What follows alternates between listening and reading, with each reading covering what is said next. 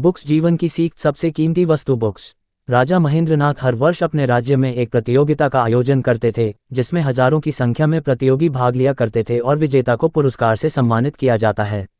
एक दिन राजा ने सोचा कि प्रजा की सेवा को बढ़ाने के लिए उन्हें एक राजपुरुष की आवश्यकता है जो बुद्धिमान हो और समाज के कार्य में अपना योगदान दे सके। उन्होंने राजपुरुष की नियुक्ति के लिए एक प्रतियोगिता आयोजित करने का फैसला किया। दूर दूर से इस बार लाखों की तादाद में प्रतियोगी आए हुए थे। राजा ने इस प्रतियोगिता के लिए एक बड़ा सा उद्यान बनवाया था जिसमें राज दरबार की सभी कीमती वस्तुएं थीं, हर प्रकार की सामग्री उपस्थित थी, लेकिन किसी भी वस्तु के सामने उसका मूल्य निश्चित नहीं किया गया था।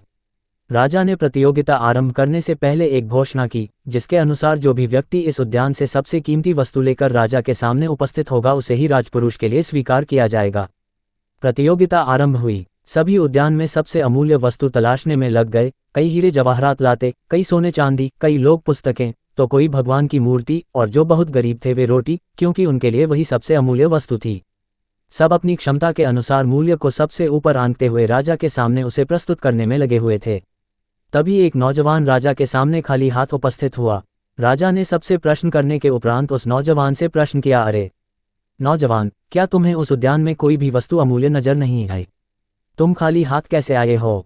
राजन, मैं खाली हाथ कहाँ आया हूँ, मैं तो सबसे अमूल्य धन उस उद्यान से लाया हूँ, नौजवान बोला। तुम क्या लाए हो? राजा ने पूछा। मैं संतोष लेकर आया हूँ महाराज, नौजवान ने कहा। क्या संतोष इनके द्वारा लाई गए इन अमूल्य वस्तुओं से भी मूल्यवान है? राजा ने पुनः प्रश्न किया।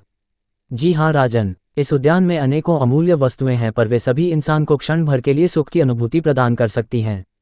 इन वस्तुओं को प्राप्त कर लेने के बाद मनुष्य कुछ और ज्यादा पाने की इच्छा मन में उत्पन्न कर लेता है, अर्थात इन सब को हासिल करने के बाद इंसान को खुशी तो होगी लेकिन वह क्षण भर के लिए ही होगी।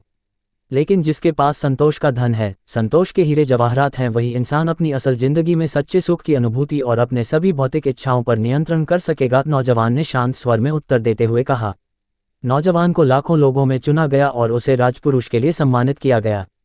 कैसी लगी वीडियो कमेंट बॉक्स में कमेंट करें, लाइक सब्सक्राइब और शेयर करके लाखों करोड़ों लोगों का उत्साह बढ़ाइए। बेल आइकॉन प्रेस करें। आपके अपने motivational speaker mister Amit Kumar गोला। दिल की गहराइयों से प्यार भरा बहुत बहुत धन्यवाद।